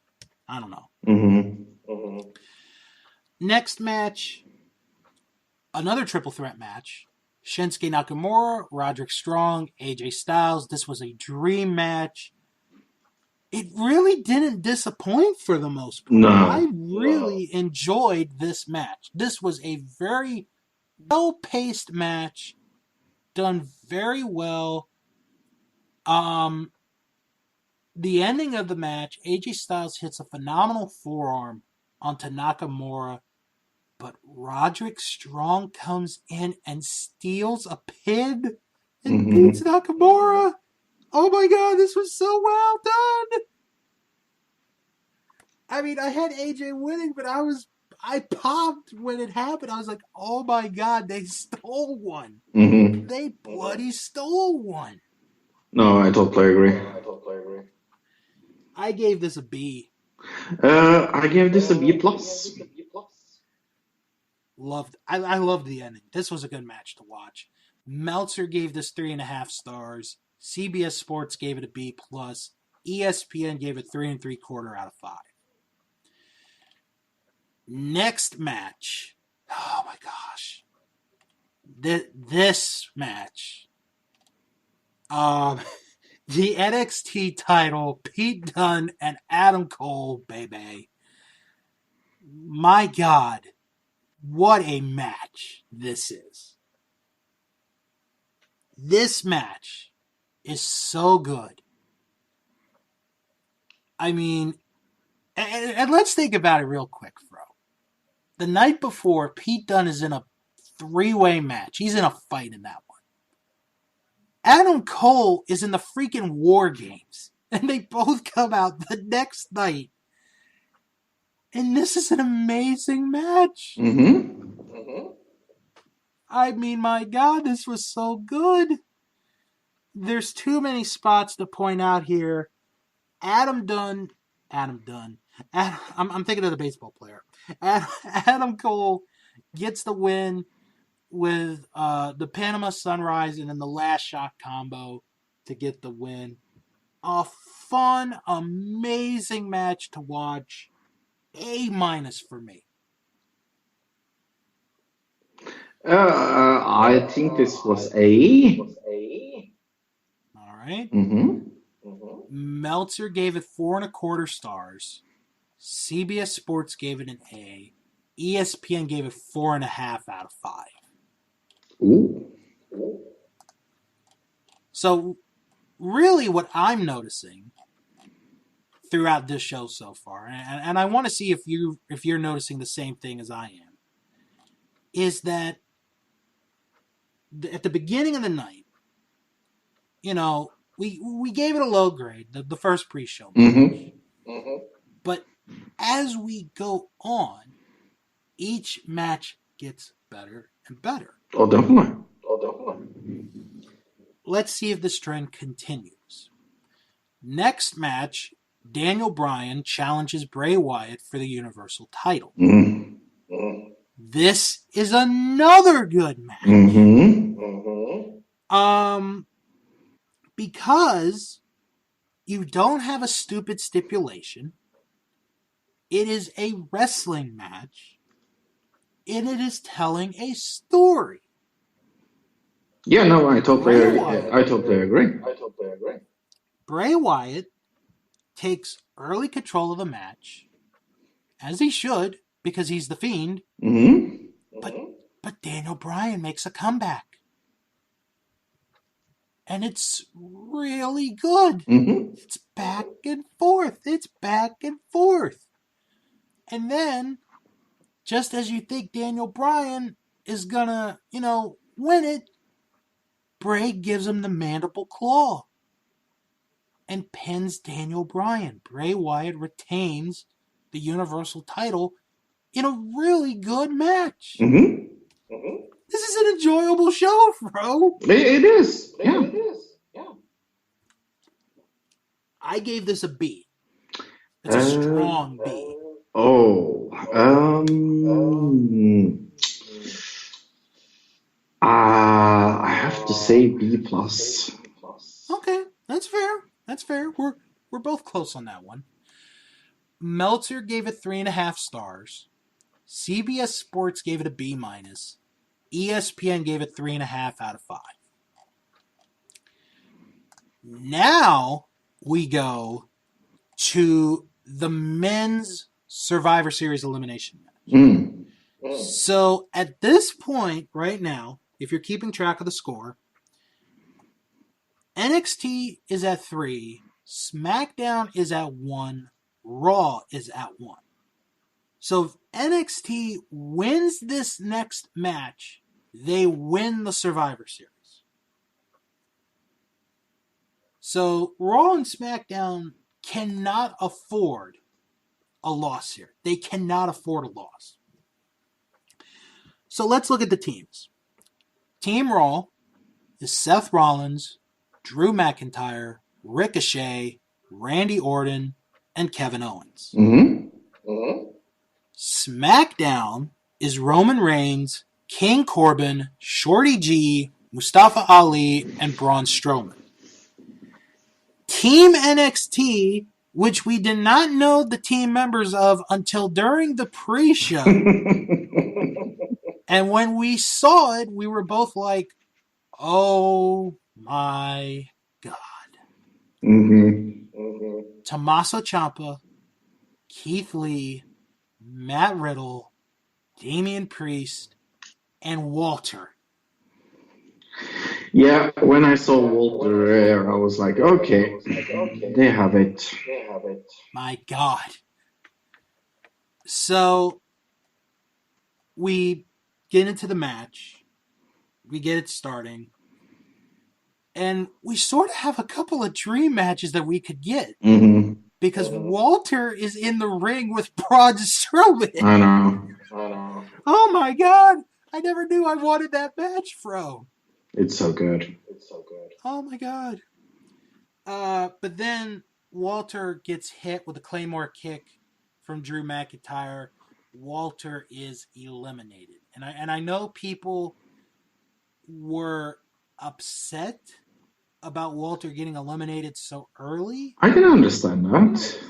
I can, but it's not like he was eliminated in 10 seconds. He was, I think it was like 3 or 5 minutes into the match. That's my only thing. So Walter is the first man eliminated. We keep going for a little bit, and Shorty G is eliminated by Kevin Owens. Because at one point, Kevin Owens has the option to hit the frog splash on an NXT guy. Instead, hits a frog splash on the Shorty G, getting the elimination. Right. Then, to my surprise, Kevin Owens is the first member of Raw eliminated. Yeah, I wasn't that surprised by that, to be honest. Really? Because Okay. I was thinking he would, because he won the previous night. True. That's true. So already we're down to 4-4-4. Then Damian Priest gets eliminated by Randy Orton. So NXT is down another member. Then we get this shocking elimination. Matt Riddle comes into the ring, schoolboys Randy Orton, and Orton is eliminated. Oh my God, that was such a huge pop. Such a huge pop. And then King Corbin comes in and he eliminates Matt Riddle. So we're now at SmackDown is at 4 members, Raw is at 3, NXT is at 2. So then we have at one point Keith Lee, Drew McIntyre, and Braun Strowman all in the ring at the same time. Okay, we got a lot of big boys in there. All 3 end up on the floor. The ref is counting. Drew hits a Claymore kick on the Braun. Keith Lee gets in the ring. Drew gets in the ring. Braun does not make it back in time.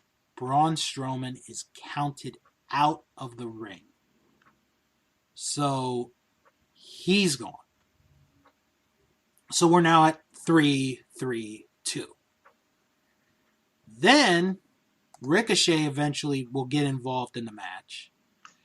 And he gets eliminated by Baron Corbin. So now SmackDown is down to 2 members. Then this is where you could say the dissension among Team SmackDown gets into play. Because here's Mustafa Ali, who has not even been in the match at all until this point. He gets in the ring after he tags out Corbin. Corbin and Ali get into a verbal fight. And basically Corbin eliminates Ali because Seth gets a pinfall on Ali to eliminate him. So we're all even at 2 apiece. Roman Reigns hits Superman punch, spear. McIntyre's eliminated. Reigns and Corbin, they get into an argument. Reigns knocks out Corbin and basically Ciampa pins Corbin. So Reigns pretty much cost himself a team member.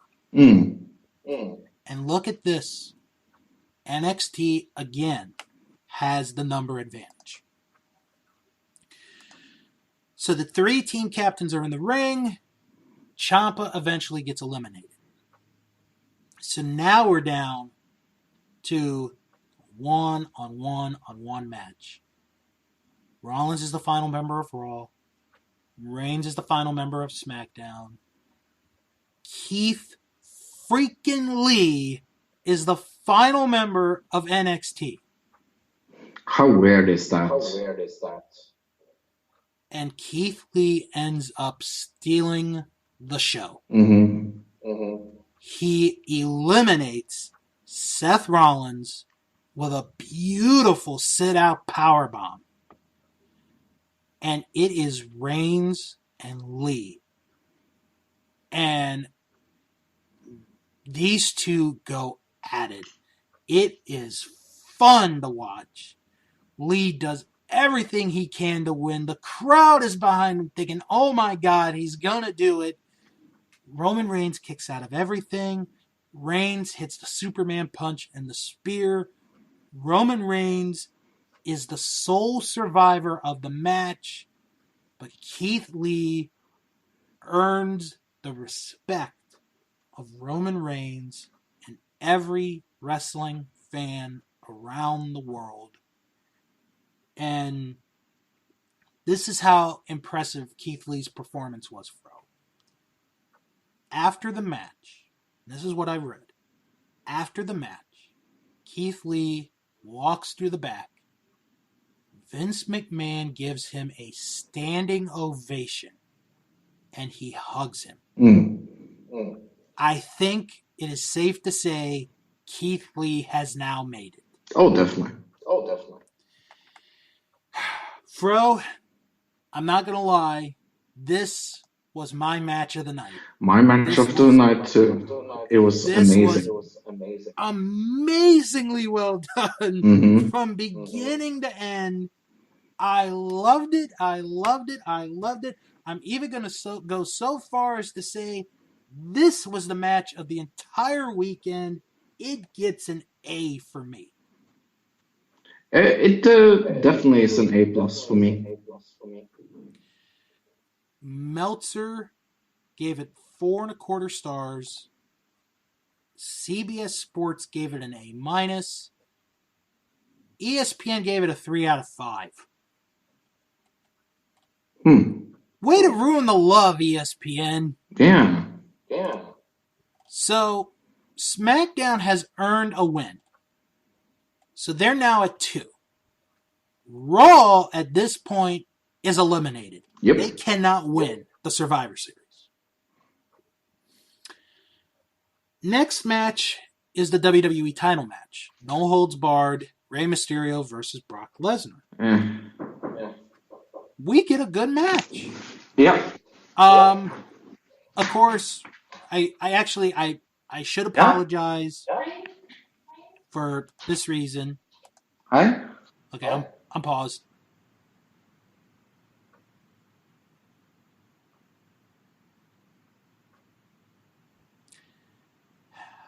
You there, Fro? It was a short match, but it was a little bit of fun because Dominic got involved in the match. And he and Ray both hit 619s on the Brock, which was a really cool spot. And I'm normally not a fan of the 619 spot. Could only get a 2 count. Dominic gets suplexed. Ray goes off the top. Actually, pardon me. It wasn't Rey Mysterio. It was Mexican Joker that was fighting. Definitely. Then Brock hit the F5. Brock retains. For what it was a fun little match. I'm going to give it a B-. I'm going to be a little harsher than you and say C-. All right. Meltzer rated this 2.5 stars. CBS Sports gave it a B+. Ooh. And ESPN gave it a 4 out of 5. Wow. I think. So wait a minute. I think they saw another match than I did then. They must have, because you're telling me that the shorter match for the WWE title was a lot better than the men's elimination match, which pretty much created a star in one night. Yeah, no. That's how I look at it. It's one of those very strange things where I feel like they didn't maybe they didn't look at it in a whole. Maybe they just picked one of the things they liked and we like this move. Yeah. All right, so now we are at the main event of the show. It is the women's triple threat match. Bayley, Shayna Baszler, and Becky Lynch. Raw cannot win the Survivor Series. Remember what I said to you? I said, if Shayna loses at NXT, and she even got pinned, I said it. I said, then she will win at Sunday. If SmackDown wins, it ends in a tie. Yep. If NXT wins, NXT wins the Survivor Series. These three tried their best. Yeah, but this was not very good. It didn't really click. Nope. End of the match, Shayna put her sleeper submission hold on the Bayley. Bayley taps out. Shayna wins. Yeah. And NXT wins the Survivor Series. I don't mind that. I mind the way they win. After the match, Becky Lynch attacks Shayna, puts her through the German announce table. Becky stands tall, and that's the end of the pay-per-view. It's really weird. I didn't like this match. I gave it a C+. Yeah, you're nicer than me. I gave it a C-. Meltzer gave this 2 stars. CBS gave it a C+. ESPN gave it 1 3/4 out of 5. Yeah. So the final score, NXT 4, SmackDown 2, Raw 1. But yeah, it was very obvious for me because she lost as she did in the Takeover. I mean, she got pinned in Takeover.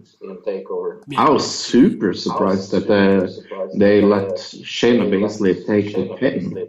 But yeah, then she won it for NXT the day after, and I was like, okay, I don't really mind it then. Yeah. So, we asked our Facebook group, what grade would you give the Survivor Series? It was pretty even, actually. It was a tie. Well, I'm going to break the tie momentarily. Between an A and a B grade. Yeah, I have struggled myself, to be honest. But I think this was A, mostly because of what was on the card. And definitely, I think the first 3 ways were definitely one of the best. And one person gave it a C. So we're at least looking at, for the most part, a pretty positive look on this show as a whole. Right. This is going to be tough. Yeah, I still haven't really decided, but I think I will give it an A. It's a really, really weak A or an extremely high B. But I think I have to go with an A. Yeah, it's tough. Yeah, I think I'm going to give it a B, but just barely a B. It is just barely a B. Favorite match from the Survivor Series. Most people went with Pete Dunne versus Adam Cole. And then a vote each for the women's elimination match. Styles, Nakamura, Strong, Bryan and Wyatt, and Mysterio and Lesnar. I am going to give my vote, I said it earlier, to the men's elimination match. Yeah, I have to agree. So, but for it all, for the most part, a pretty positive feedback on Survivor Series. Definitely. And for the most part, a pretty positive weekend for WWE. How Mm-hmm. often do we get to say that? Yeah, not often enough, that's for sure. No, we really don't. But I do have to mention, Fro, because I think you'll find this funny. The next night on Raw, the opening segment is really good because all the wrestlers are surrounding the ring. Seth is inside the ring. So he's having like a town hall kind of thing. And he's like, "We sucked last night. We failed." And then he points out to certain individuals, like, "Randy Orton, you were the weak link on our team last night." Randy Orton walks away.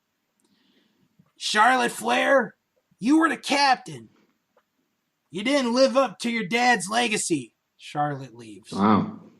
AOP, you weren't even there last night. Just get out of here.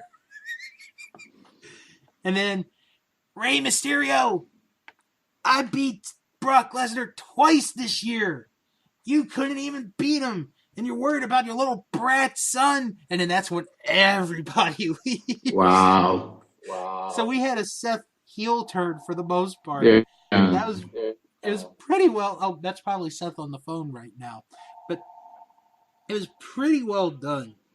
I like. I mean, Seth Rollins is, in my eyes, a better heel than his face. So I was very happy. I saw this, and I also saw that Rey Mysterio won the United States title. Yeah, Yeah. a bit of a surprise there. Yeah. Okay. I normally, unless we're plugging other podcasts, which we'll do in a moment, I don't normally go on a rant on other wrestling podcasts because I try to be very peaceful. Fro knows this. I think you guys know this. Mm-hmm. But I am going to call out a podcast. I'm not going to mention it by name. Oh, come on. I'm just going to give the initials of it. Oh, come on. Is it SWF? Mm-hmm. Smart wrestling fan. I said it for you. Thank you. It's not about.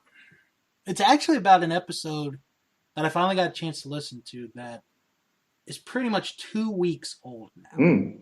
They had a very good host from Norway at one time. He was very good. I've heard. I've heard that. Yeah. They discussed Ring of Honor. Okay. And I'm a diehard Ring of Honor fan. Right. Even though I don't like some of the moves they've made lately. Right. I still support the product. Right. There was an email sent to them on that particular episode talking about Ring of Honor. Okay. And it really rubbed me the wrong way to where they were talking about, well, when we tried to review the TV show, the shows were recorded and it was like over a month ago and blah, blah, blah. And they got good talent, not great talent, blah, blah, blah. Mm-hmm. I'm going to say this because to me, Ring of Honor is my ECW. Mm. Where people will defend ECW to the death. And one of them even made a comment, and it was their opinion, which I respect, that the legacy of Ring of Honor is going to be less than AEW when the companies are done. That's a little that's a little early to call. It is. Yeah. I'm going to disagree with that statement first. Yeah. Because Ring of Honor in 17 and a half years has helped make more stars to become famous and put them on the map than any other wrestling promotion with the exception of WWE. Think about it. They've had in Ring of Honor, and I'm not going to be able to list everyone off, but the names I'm going to mention are big names. Bryan Danielson, Daniel Bryan, CM Punk, Samoa Joe, Nigel McGuinness, Seth Rollins, Austin Aries, Roderick Strong, AJ Styles, Christopher Daniels, Eddie Edwards, Davey Richards, Jay Lethal, the Briscoe brothers, Kevin Steen, El Generico, Claudio Castagnoli, Chris Hero. I could go on and on and on. To say that Ring of Honor's legacy of creating stars is going to be less memorable than Impact or AEW, I took that as a personal insult and a slap to the face. Because with Impact, and yeah, they've been able to make stars, AJ Styles, Christopher Daniels, they've been able to make stars. Samoa Joe. I'm never going to deny that. Samoa Joe, yeah. I'm never going to deny that. The problem that Impact has had over the years, and this is before the last couple years, is two things. One, they were pushing older stars, and two, they almost ruined careers before it even got a chance. And the perfect example of that is Okada in New Japan. He went on an excursion to TNA, was crap. They treated him like crap. And he ends up becoming the single biggest star of the last 10 years. Biggest new star. Whereas Ring of Honor, they've been able to help produce star after star after star after star after star after star. The other complaint is the shows. Where if it's not the TV shows, it's the house shows where it's like, oh, they're in dark buildings, steamy smoke, blah, blah, blah. Ring of Honor has never, I want to repeat that word, never been against WWE. They never said from day one, oh, we're going to compete against WWE. Ring of Honor has been Ring of Honor. They've only focused on their product. And yeah, they're going through a rough time, but you know what? Ring of Honor's been through tough times in the past, and they've ended up being quite all right, I think. So I say, if you're going to bash a promotion, bash a product, Mr. Negron, at least have some intelligence and do research on the product before you give your honest opinion. Otherwise, don't say anything about Ring of Honor. But that's the problem with people like him. And I'm going to say this in very general terms. It's not only about him, because god damn it, it's about him as well. But when you like to criticize things just to criticize it because you think that's cool and funny and hip, that's how you lose listeners. I haven't listened to that podcast because they criticize everything. They eat the product they are covering. That's the thing, not only with, to a degree, that podcast, right, but wrestling podcasts in general. Right. Not all of them. No. Like our Vantage Point, which we plug every week. I love them. I love listening to that show. I think it's a tremendous show. The thing that they have in common with us, when we watch the shows, we watch them as fans. Right. We're not there to say, oh, it would have been better if they had done this, if they had done that. That's why I try not to listen to as many wrestling podcasts, because a lot of the people they get it wrong. They should be watching these shows to watch as a fan. If you don't want to watch it, it's okay. I didn't until this week, Fro, watching Impact. I don't remember the last time I watched an episode of Impact from beginning to end. I really don't. No, but but that's the kind of thing you have to have in mind is like,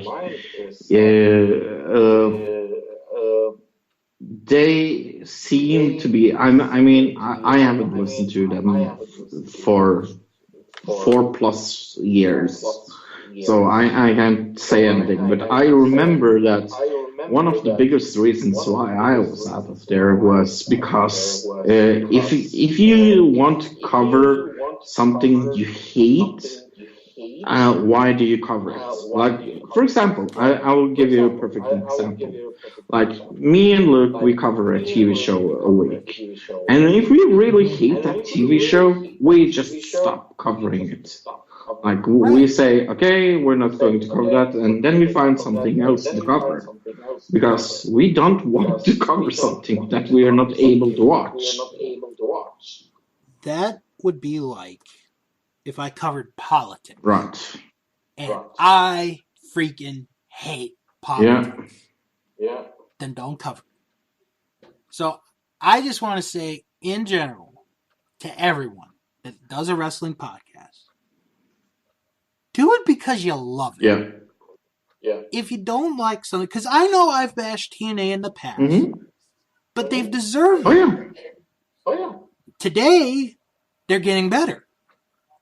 And I give them chances, and they've improved, you know? I think they are at the point where they're definitely better than WWE. So. Oh, I wouldn't go that far. Right now, I think they. I wouldn't go. Right now, I wouldn't. Right now, I do think they are better than WWE. That's my. Agree to disagree. Yeah. But yeah, I mean, in general, folks, if someone's going to bring up a topic, either A, make it quick, get to the point, or B, don't talk about it at all. Yep. End of discussion. So on that note, let's start wrapping it up for this week. If you guys have any questions or comments, send us an email, wrestlingman@thatwrestlingshow.com. Don't forget to check out, follow us on Twitter at WrestlingShow11. Join our Facebook group, That Wrestling Show fan group. Type that in the search bar. You're right there. And if you can't find it, it's okay. I post a link in the description box so you guys can check it out. Visit the website, thatwrestlingshow.com, and visit the Patreon page, patreon.com/Bill's World of Podcast. Fro, what did you and Luke discuss on Another Digital Citizen this week? Well, we didn't have a main topic because Fro is not home at the moment, but we talked a lot about the debates. And yeah, next week we will talk about our top 5 least and favorite candidates of all time.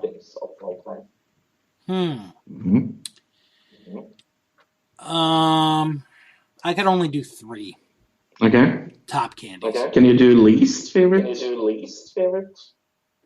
Least favorite would be everything. Well, no, I could do 4. Let me take. No, I can do 5. Actually, I could do 5 favorite. Okay. Because I don't eat candy that much. Okay. In no order. Werther's. Jolly Ranchers. Tootsie Rolls. Starburst. And Skittles. Yeah, Skittles is on my list. For least favorite, it would be everything else. Really? Yeah, I don't eat candy. Okay. And I don't like chocolate. Oh. How about that? Okay. But yet I eat a Tootsie Roll. I know it's weird. I am weird. That's how Fro and I get along because I'm weird. Anyway, to other podcasts, wow. you guys should check out our Vantage Point. Just mentioned them, the Retro Wrestling Podcast with Joe Murata and Michael Quinn. They discuss the retro world of professional wrestling as only they can. And honestly, folks, with the exception of this show, this is truly the best wrestling podcast going today, in my opinion.